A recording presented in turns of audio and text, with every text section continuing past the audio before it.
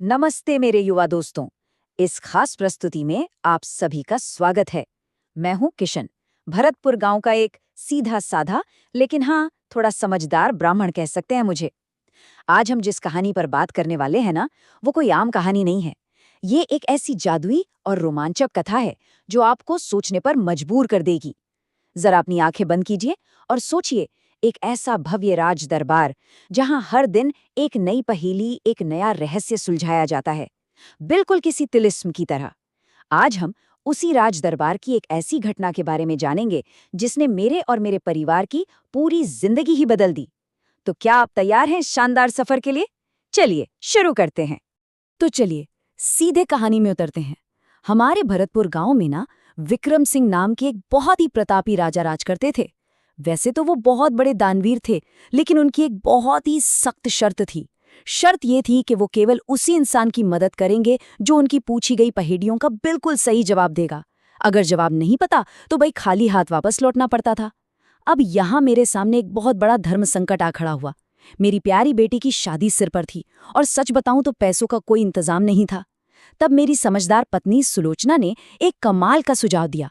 उसने कहा, क्यों ना आप अपने दोनों बेटों अजय और विजय को लेकर राजा के उस भव्य दरबार में जाएं। और बस इसी एक छोटी सी उम्मीद के साथ हम तीनों ने राजमहल की ओर अपने कदम बढ़ा दिए। महल पहुंचकर जब मैंने हिम्मत जुटाकर राजा से बेटी के विवाह के लिए मदद मांगी तो राजा बस मुस्कुरा दिए और उन्होंने मेरे सामने अपनी पहली पहेली रख दी। ये पहेली वीरपुर गांव की एक बेहद खूबसूरत और गुणवान राजकुमारी पद्मा के बारे में थी। राजा ने हमें बताया कि राजकुमारी पद्मा ने विवाह के लिए किसी भी साधारण स्वयंवर से बिल्कुल साफ इनकार कर दिया था। उनका मानना था कि इतनी भीड़ में ये कैसे पता चलेगा कि किस राजकुमार में सचमुच कोई खास गुण है। इसलिए उन्होंने कड़ा फैसला लिया कि वो सिर्फ उसी इंसान से शादी करेंगी जिसके पास एक एकदम अलग और अकाट्य योग्यता हो। राजा ने मेरे सामने ये बड़ी ही दिलचस्प स्थिति रख दी। अब इस स्लाइड में सबसे दिलचस्प बात यह है कि राजा ने राजकुमारी के सामने जो 4 नौजवान पेश किए, वो चारों ही अपने आप में बेमिसाल थे। पहले थे एक बहुत ही अमीर व्यापारी जिन्हें धन कमाने की अद्भुत कला आती थी। दूसरे एक ऐसे इंसान जो हर पशु पक्षी की भाषा बोल और समझ सकते थे। सोचिए कितनी अजीब और कमाल की बात है।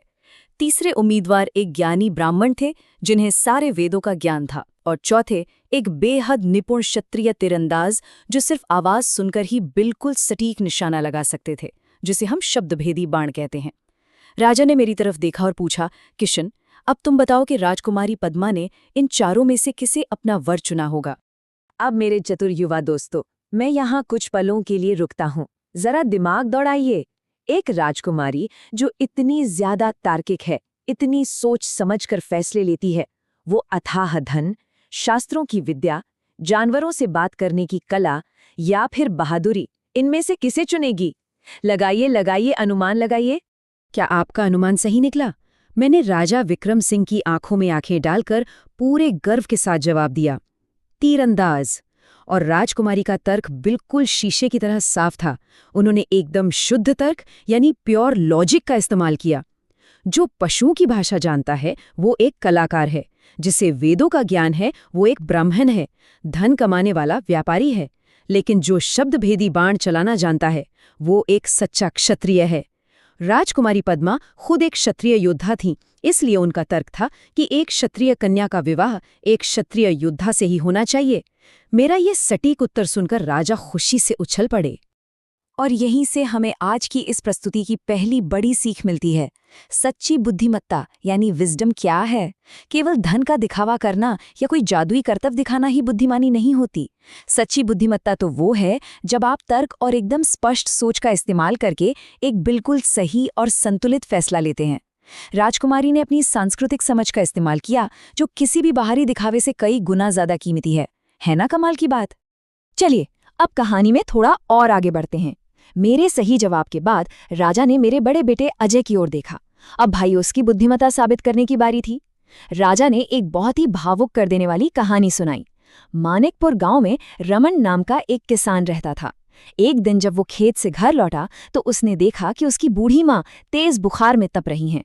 वैद्य जी ने बताया कि माँ की हालत बहुत गंभीर है और उन्हें शहर के बड़े डॉक्टर के पास ले जाना होगा, जिसके लिए 15 से 20 हजार रुपयों की तुरंत जरूरत थी। एक गरीब किसान के लिए बाप रे, ये तो एक बहुत बड़ी रकम थी। परिवार के प्रति उसका प्यार और समर्पण अब एक बहुत ही कड़ी परीक्षा से गुजरने वाला था। अपनी बीमार माँ की जान बचाने की खातिर रमन किसी तरह गांव के सबसे कंजूस और लालची इंसान सेठ दयाराम के पास पहुंचा। सेठ ने पैसे देने के लिए हाँ तो कर दी, लेकिन उसने एक बेहद क्रूर और एकदम असंभव सी शर्त रख दी। सेठ ने कहा, देखो भाई, मैं तुम्हें पैसे तभी दूंगा जब तुम मुझे एक कागज में हवा और दूसरे कागज में आग लपेटकर लाकर दोगे। जरा सोचिए उस गरीब बेटे की बेबसी के बारे में, लेकिन अपनी माँ के प्रति उसका सच्चा प्यार उसे हार मानने कैसे दे सकता था। एक बार फिर हम इस कहानी को यहीं रोकते हैं। ये एक बहुत ही तगड़ी पहेली है दोस्तों। अगर आग को कागज में रखेंगे तो वो तो तुरंत जल जाएगा ना, और भला हवा को कोई कागज में कैसे बांध सकता है। इस चमकते हुए कागजी रहस्य को कैसे सुलझाया जाए, थोड़ा सोचिए। तो यहाँ काम आता है हमारे बुजुर्गों का अनुभव और उनका ज्ञान। जब रमन निराश होकर घर पहुंचा तो उसकी बीमार माँ यशोदा ने ये मुश्किल पहेली बस पल भर में सुलझा दी। माँ ने एक कागज का पंखा बनाया और कहा कि बेटा, इसे हिलाने पर कागज में हवा मिलेगी, और दूसरी तरफ माँ ने कागज की एक बहुत ही खूबसूरत कंदील यानी लालटेन बनाई, जिसके अंदर आग बिल्कुल सुरक्षित रूप से जल सकती थी और कागज जलता भी नहीं। इस तरह रमन ने उस लालची सेठ को उसी के बुने हुए जाल में फंसा दिया। अजय ने जैसे ही राजा को ये जवाब सुनाया, पूरे दरबार में तालियां गूंज उठीं। यहाँ से हमें मिलती हमारी दूसरी बड़ी सीख, निस्वार्थ भाव। रमन ने अपनी बीमार माँ के लिए अपने खुद के आत्मसम्मान को बिल्कुल किनारे रख दिया और उस क्रूर सेठ के कड़वे ताने भी सुने। लेकिन अंत में उसकी यही करुणा, उसकी सच्ची मातृभक्ति और परिवार के सहयोग ने ही उसे उस नामुमकिन सी चुनौती को पार करने की ताकत दी। हमेशा याद रखिए, बड़ों का सम्मान और उनकी दी गई सीख जीवन में हर कदम पर काम आती है। अब आते हैं उस जगह जहां कहानी अपने बिल्कुल चरम पर पहुंच चुकी थी। राजा विक्रम सिंह हम पिता पुत्रों की समझदारी से बहुत प्रभावित तो थे, लेकिन पिक्चर अभी बाकी थी। अंतिम परीक्षा अभी भी बची थी। राजा ने मेरी और मेरे बड़े बेटे की ओर देखकर एक हल्की सी मुस्कान दी और फिर अपना पूरा ध्यान मेरे सबसे छोटे बेटे विजय पर लगा दिया। ये एक रैपिड फायर चुनौती थी दोस्तों, जो अच्छों का दिमाग चकरा दे। राजा ने विजय के सामने एक अत्यंत जटिल, मतलब बिल्कुल दिमाग घुमा देने वाली मांग रखी। उन्होंने कहा, विजय, आज शाम होने से पहले मेरे राज्य से 2 ऐसे आदमियों को ढूंढ कर लाओ जिनमें से एक ने जीवन में कभी कोई झूठ न बोला हो और दूसरे ने जीवन में कभी कोई सच न बोला हो। अब आप ही बताइए। दोनों शर्तें बिल्कुल अलग अलग चरम सीमाओं पर थी। ऐसे 2 बिल्कुल अलग इंसानों को एक ही दिन में ढूंढना, ये तो एकदम असंभव लग रहा था। तो मेरे युवा विचारकों, ये अंतिम परीक्षा की घड़ी है। शाम ढलने से पहले विजय को राज दरबार में पहुंचना ही है। ऐसा कौन हो सकता है जो इन दोनों असंभव शर्तों को एक ही समय पर पूरा कर सके? क्या सच में ऐसा कोई व्यक्ति हो सकता है दुनिया में? दिमाग लगाइए अपना। शाम ढलते ही मेरा बेटा विजय राज दरबार में पहुंचा, लेकिन वो केवल एक ही व्यक्ति को लेकर आया था, और वो व्यक्ति था एक गूंगा इंसान। विजय ने अपनी चतुराई से समझाया कि महाराज, क्योंकि ये व्यक्ति बोल ही नहीं सकता, इसलिए इसके पास ना तो झूठ बोलने की कोई क्षमता है और ना ही सच बोलने की। ये अकेला व्यक्ति राजा की उन दोनों असंभव लगने वाली शर्तों को एक साथ पूरी तरह से संतुष्ट कर रहा था। पूरा का पूरा दरबार विजय की इस अविश्वसनीय और हाजिर जवाबी पर एकदम दंग रह गया। तो सबसे महत्वपूर्ण बात यह है कि कभी-कभी जिंदगी की सबसे कठिन और उलझी हुई समस्याओं के समाधान ना बिल्कुल सीधे और सरल होते हैं। यहीं पर त्वरित सोच यानी क्विक थिंकिंग का जादू काम आता है।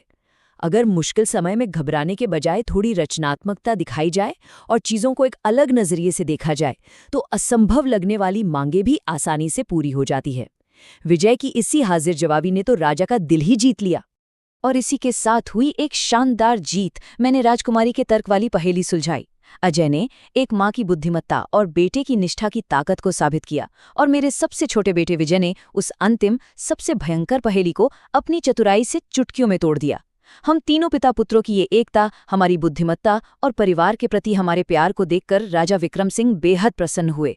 उन्होंने बिना किसी देरी के अत्यंत खुशी मेरी बेटी की शादी के लिए सारा धन दे दिया।